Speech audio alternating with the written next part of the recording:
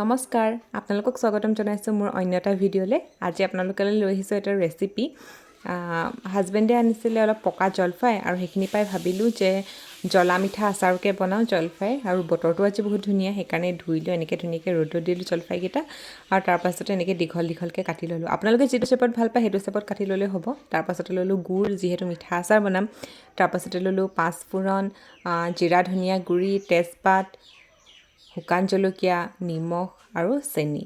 তাৰপিছতে কেৰাহীত তেল গৰম হ'বলৈ দি তাত দিলোঁ 5 ফুৰণকেইটা দি তাৰপিছতে দিলোঁ তেজপাত, আৰু তাৰপাছতে দিলোঁ শুকান জলকীয়া। তাৰপিছত সেইকেইটা দি অলপ সময় ৰৈ তাৰপিছত লাহে লাহে কাটি থোৱা জলফাইখিনি দি গ'লোঁ। জলফাইখিনি দি লাহেকৈ অলপ লৰাই দিলোঁ যাতে তেলটো ধুনীয়াকৈ লাগি যায়। তেনেকৈ লৰাই দিলোঁ। আপোনালোকে ধুনীয়াকৈ লৰাই দিব, এনেকৈ দেখিছেনে, এনেকৈ মেলি দিছোঁ অকণমান যাতে ধুনীয়াকৈ মানে তেলটো লাগে। আৰু তাৰপাছতে দিলোঁ হালধি, মই যিটোখিনি ৰেডি কৰি থৈছিলোঁ সেইখিনি মছলাই।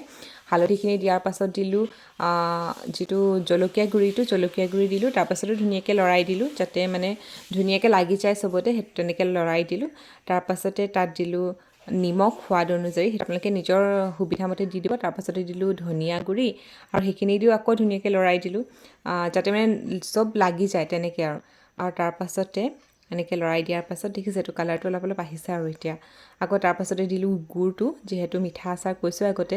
গুড়টো দিয়াৰ পাছত এনেকৈ লাহে লাহে অলপ গলিবলৈ আৰম্ভ কৰিছে, দেখিছেনে, এইটো অলপ লৰাই দিছোঁ, সেইটো লাহে লাহে গলিছে। আৰু সেইটো গলি যোৱাৰ পাছত বহুত ধুনীয়া কালাৰ এটা আহে। গুড়টোৱে মানে বহুত ধুনীয়া কালাৰ এটা আনি দিয়ে, টেষ্টটো বহুত ধুনীয়া হয় আৰু কালাৰটো বহুত ধুনীয়া হয়। আৰু তাৰপাছতে দিলোঁ ওপৰত জিৰা পাউডাৰ, আৰু চেনিও আছিলে যিহেতু চেনিও দিলোঁ অকণমান, আৰু অকণমান জ্বলা হ'বৰ কাৰণে দিলোঁ সেইটো মিৰ্চ পাউডাৰটো। জ্বলা টেঙা মিঠা যদি গোটেইটো হয় তেতিয়া মানে ভাল লাগে সেই তিনিওটা হ'লে। আৰু এইটো ধুনীয়াকৈ হৈ গ'ল, দেখিছেনে, কালাৰটো ইমান ধুনীয়া হৈছে। তাৰপাছত ঠাণ্ডা হ'বলৈ দিলোঁ, আৰু ঠাণ্ডা হোৱাৰ পাছত তাত দিলোঁ এচামুচ ভিনেগাৰ।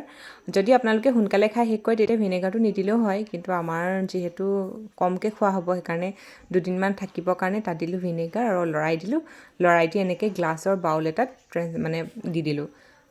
আৰু তাৰপাছত ধুনীয়াকৈ ৰ'দ পৰা জেগাত থৈ দিলোঁ। এনেকৈ যদি আপোনালোকে ধুনীয়া ৰ'দ দি থাকে তেতিয়াহ'লে 2টা ৰ'দত দিলে হৈ যাব। আৰু তাৰপাছতে লিডখন লগাই দিলোঁ, কিন্তু অকণমান এনেকৈ ফাঁক এটা ৰাখিছোঁ যাতে ভাপটো হৈ নাযায়।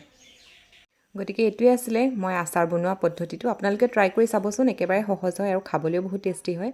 আৰু প্লিজ লাইক, শ্বেয়াৰ, কমেণ্ট কৰি দিব, মোৰ চেনেলটো ছাবস্ক্ৰাইব কৰি দিব। Bye bye.